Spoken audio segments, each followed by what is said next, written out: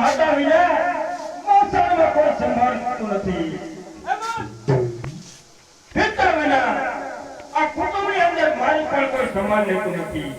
જો આ વાતની મને પહેલા ખબર હોત તો મારું અદેખું હું તમને કદાપી ન દેખાડી.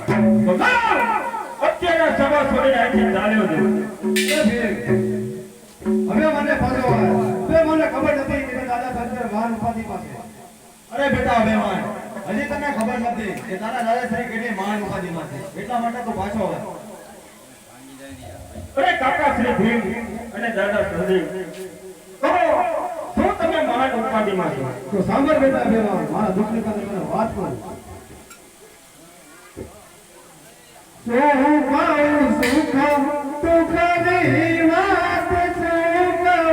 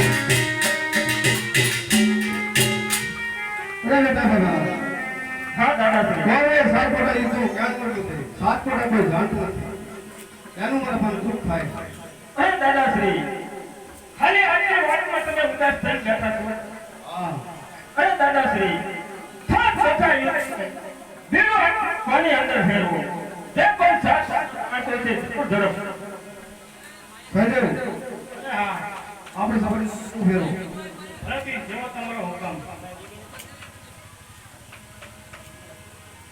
મના પાડ્યું